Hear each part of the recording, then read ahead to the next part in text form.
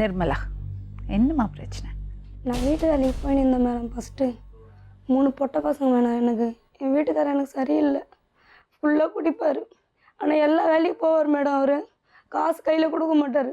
நான் எடுத்துகிட்டு வந்தால் காத்துன்னு இருப்பார் மேடம். அதுவும் குடிக்கிறதுக்கு எடுத்துகிட்டு போய் குடிச்சிட்டு வருவார். நீங்கள் 2 பேரும் லவ் மேரேஜில்? லவ் மேரேஜ் தான் மேடம்.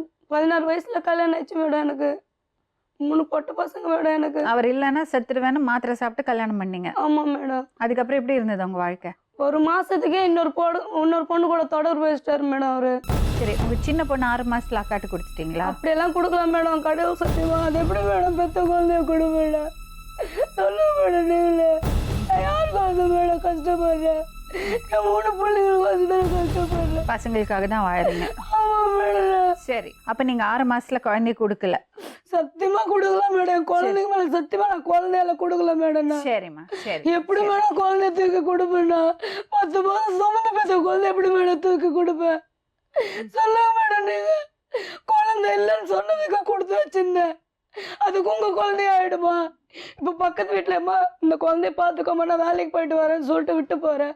போயிட்டு வந்து என் குழந்தைய கூட நான் கொடுக்க மாட்டாங்களா மேடம்? நீங்களே அவங்க குழந்தை தான், அவங்க தங்கச்சி. நீங்க அப்படிதான் நினைச்சேன் மேடம். நாங்களும் எத்தனை வித்தியாசம், வயசு வித்தியாசம் உங்களுக்கு 2 பேரும்? 2 வயசு தான் மேடம் வித்தியாசம். எங்க அக்கான்னு சொல்லி நம்பிதான் கொடுத்தேன். சரி, அது இருக்கட்டும். குழந்தை தீர்மானமா எனக்கே வேணும்னா நான் எப்படி மேடம் கொடுக்குறது? சரி, அது இருக்கட்டும்மா. அப்புறம் ஹோட்டல்ல வேலை பார்த்து நின்றேன் மேடம். நான் பாத்திரம் கழுவுற வேலை.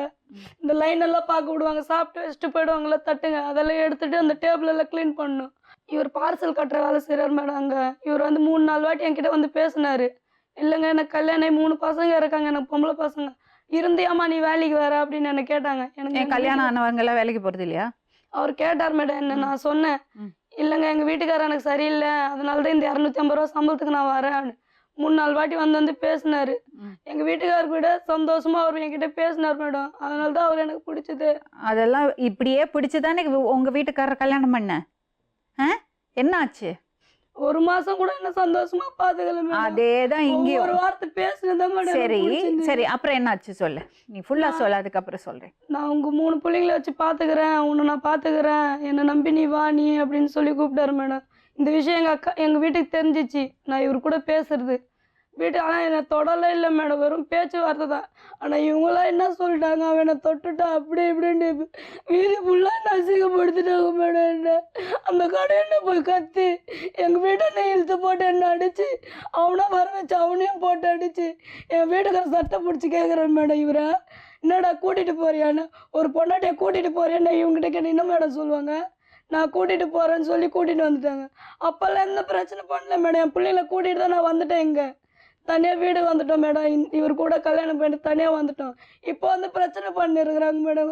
இப்போ முந்தின நேற்று வந்து செருப்பால் அடிக்கிறாங்க மேடம். அவரை என்ன வார்த்தை மேடம்?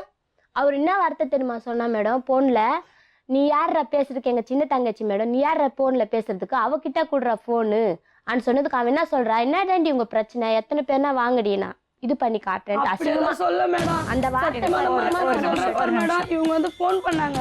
அம்மா எங்கன்னா அம்மா வந்து பிரச்சனை. ஒரு நிமிஷம் நர்மலா, ஒரே நிமிஷம். இப்போ நீ என்கிட்ட என்ன சொன்ன, இந்த பையன் பேர் என்னது, இந்த புதுசா கல்யாணம் பண்ணி அந்தோனி. அந்தோனி வீட்டுல யாரெல்லாம் இருக்காங்க? அவங்க தங்கச்சியும் அவங்க அண்ணனும். இதுக்கு மேல என்ன சொல்ல போற? சொல்றதுக்கு வேற ஏதாவது போய் இருந்தா சொல்லிடு. அவதான் ஏமாத்தி எல்லாத்தையும் என்கிட்ட இருந்து பறிச்சிட்டான்னு பார்த்தா நீயும் இப்போ அதே தான் பண்ணிருக்க. ஏன் ஆலியா, ஏன் இப்படி பண்ண? இந்த உலகத்துல பாட்டிக்கு அப்புறம் நான் யார் மேலேயாவது உயிரையே வச்சிருக்கேன்னா அது ஊ மேலதான் உனக்கு தெரியாதா? ஏன் இப்படி பண்ண ஆலியா? உனக்கு காசு பணம் அவ்வளவு முக்கியமா போயிடுச்சு. அதுக்காக நம்ம உறவை கூட மறந்துடுவியா?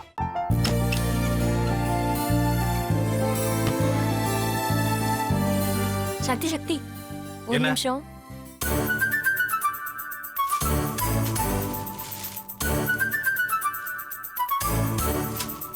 இந்தாங்க. என்ன இது? உங்களுக்கு பிடிச்ச பிராண்ட் செப்பல். இது என்ன நான் தலையில வச்சுட்டு தூங்கணுமா? சரி அதை விடுங்க. இங்க பாத்தீங்களா டைம் பீஸ். இதோட அலாரம்க்கு தான் நீங்க டெய்லி எந்திரிக்கணும். அதெல்லாம் என் மொபைல்ல இருக்கு. முத்து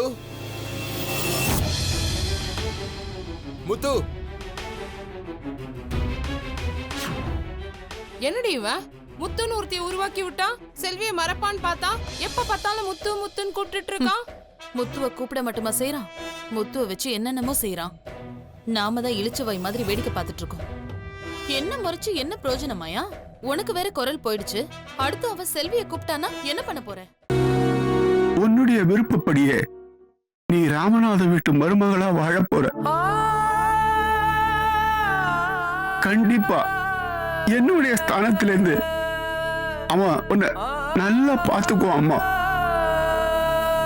டேய், அவரை பத்தி தான் உனக்கு தெரியும்ல.